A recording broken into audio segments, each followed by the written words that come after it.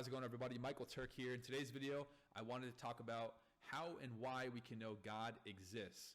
And honestly, guys, this is such a crucial part of your worldview, because you either have the worldview that God is real, therefore we can know truth and things are the way they are because of He is the creator, or you have the worldview that there is no God, nothing created everything, and essentially we're cosmic stardust floating along in the universe with no rhyme or reason. So I hope you guys find this video encouraging, whether you believe in God or not. I think you'll learn something new. This is the first time you're visiting one of my videos on this channel. My name is Michael Turk. I play football here at Arizona State University. I make videos about the scriptures, about God, punting, football, you know, kind of day in the life stuff too. And so that's what I'm all about. If that interests you, please consider hitting the subscribe button. And also, guys, if you want to comment down below something that you're challenged from this video or about whatever, I'm honestly looking forward to connect with you guys. So leave a comment down below. My email is also in every description box. I'd love to get to know you and talk about anything you'd like to. So with that being said, let's get right to this video. In 1820 AD, a man named Herbert Spencer gave the world 5 scientific principles by which every man may study the unknown.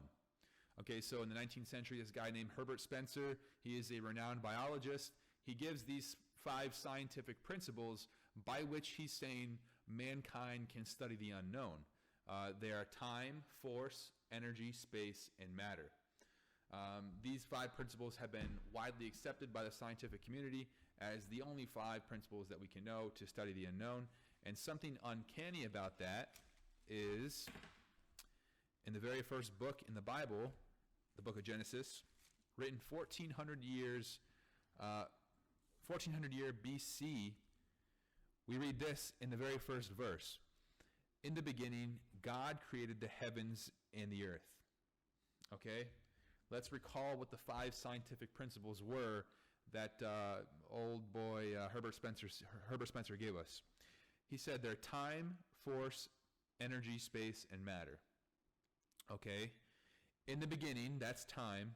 God, that's force. Created, that's energy. The heavens, that's space. And the earth, that's matter.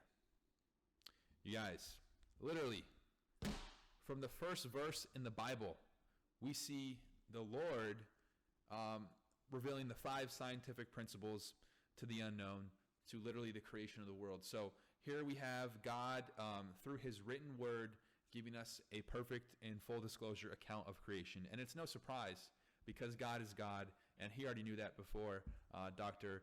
Herbert Spencer figured that out. Now, I thought that was interesting, and the whole first chapter of Genesis basically gives a recount of creation. Now, you may be watching this video and say, well, I don't care about that because I don't believe in the Bible.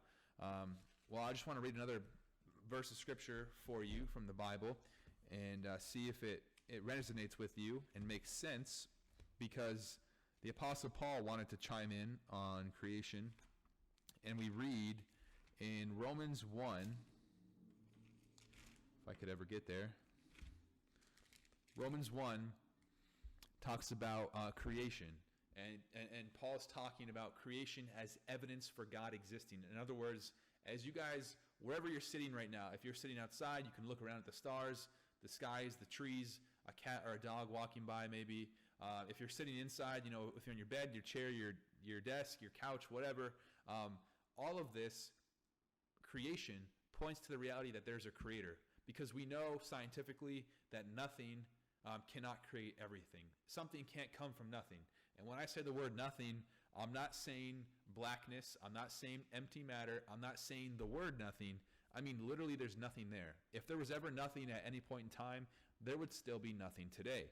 And so Paul is saying in verse 20 of chapter 1, for since the creation of the world, God's invisible attributes, his eternal power and divine nature have been clearly seen, being understood through what has been made, so that they are without excuse.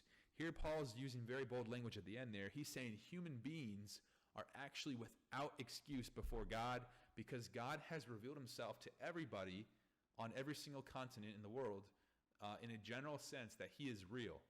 And that takes just a few moments of thoughtful reflection upon the realities that I just gave to you guys. That is why in verse 18 of Romans 1, he says, "For the wrath of God is revealed from heaven against all ungodliness and unrighteousness of men who suppress the truth in unrighteousness." In other words, men who are accustomed to doing sinful things, they are not just in a neutral state of mind when they think of God. They're literally suppressing the truth. I imagine a football on a lake, right? If you throw a football on a body of water, it'll most likely float. And what men do is they're not just neutral in terms of their view of God. They're pushing down on that football, suppressing it underneath the water. And that football is symbolic of believing in God, because once they do that, it makes it easier for them to continue sinning and continue to be the God of their own life. I can testify for my life personally that that's what I used to do. I would try to, any glimpse or any hint of the truth, I would immediately get that out of my conscience, immediately go away from church, from Bible study, from people who would talk about God, because that made it less amicable and less conducive to me sinning, because I knew God was real deep down. And I want to encourage you, if you don't believe in God, if you don't believe in the scripture, if you don't believe in the reality of a creator, I want to encourage you to ask yourself if it's really an intellectual issue or is it a heart issue. Because I don't want to make this video too long, but I don't know about you guys. I can get caught up sometimes in YouTube rabbit holes. And I've watched 3-hour-long videos of the best atheist versus Christian debate there is. I'll leave a link in the description to one of my favorite ones from a guy named William Lane Craig. He's a brilliant Christian. And here's the thing, what I've noticed between these debates. There are brilliant atheists, and there are also brilliant Christians. And so what I've taken away from watching all these is that the understanding of God is not so much an intellectual issue as much as it is a heart issue.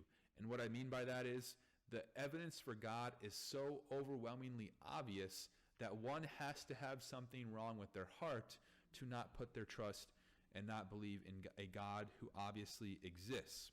Now, not to be left out on this issue, Jesus Christ himself talks about this reality. In John 3, arguably one of the most famous chapters in the Bible, he says in verse 19, "This is the judgment, that the light has come into the world, and men love the darkness rather than the light, for their deeds were evil." In other words, when Jesus Christ came into the world, he obviously verified he was the Son of God through miracles, through signs and wonders, and ultimately through dying on the cross and rising again.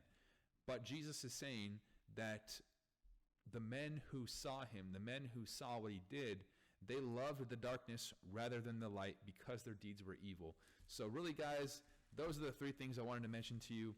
God in creation in Genesis 1, God perfectly revealing himself, all the facets of scientific principles we can know about revealing the unknown, God said from the very first verse. Then later on in the scriptures in Romans 1, also found throughout all the scriptures, how all of creation really points to God's existence, guys. There's no other excuse. And if you have a rebuttal to this, I would love to hear it in the comments. I have yet to hear one semi-decent logical explanation for us having a creation without a creator. And now the third thing, like I said, Jesus, he came and revealed himself to truly be God's son and to truly testify of the truth, but men love the darkness rather than the truth. Now, maybe a part 2 video, and perhaps a better question would be, okay, we can admit God is real, but what is the truth? And how do we know the Bible is true? And if you guys want to see a video like that, please let me know in the description below. In the comments down below. But I was also planning on making a video like that. But really, just think about that. If you have anything else, if you get anything else from this video, think about how can nothing create everything. All right, guys. So thank you so much for watching. Once again, this is Michael Turk, aka Hangtime, signing off. And please don't forget to like, comment, subscribe, and hit the notification bell, guys, if you don't want to miss out on a video. Peace.